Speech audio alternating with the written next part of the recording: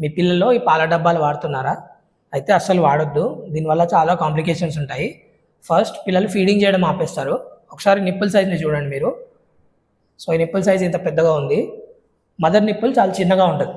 So ఎప్పుడైతే babies దీనికి అలవాటు పడ్డారో వాళ్ళకి మదర్ నిప్పుల్ చిన్న నిప్పుల్ కోసం ఎఫర్ట్స్ పెట్టాలనిపించదు.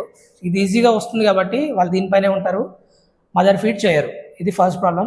సెకండ్ ప్రాబ్లం, ఇది మనం ఓపెన్ స్పేస్లో పెడతాం. ఎంత క్లీన్ చేసినా కూడా ఓపెన్ స్పేస్లో పెడతాం కాబట్టి దీని మీద బ్యాక్టీరియా గ్రోత్ అదంతా పెరిగే అవకాశం ఉంటుంది.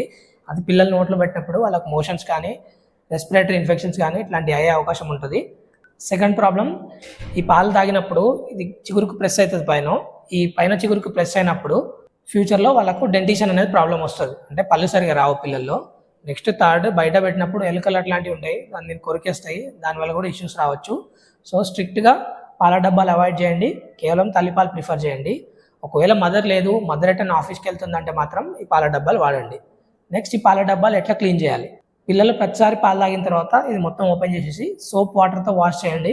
తర్వాత 10 నిమిషాలు నిప్పుల్ బాటిల్ రెండు ఉడికే వాటర్లో వేయాలి. 10 నిమిషాలు ఉడికిన తర్వాత నార్మల్గా ఎయిర్ డ్రై చేయాలి. దీన్ని ఏ బట్టలు అట్లాంటివి ఏం వాడద్దు.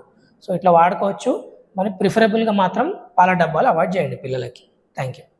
మీ పిల్లల హెల్త్కి సంబంధించిన మరికొన్ని టిప్స్ కోసం మన ఛానల్ ఫాలో అవ్వండి, సబ్స్క్రైబ్ చేసుకోండి, కుదిరితే షేర్ చేయండి. చాలామంది పేరెంట్స్కి హెల్ప్ అవుతుంది. Thank you.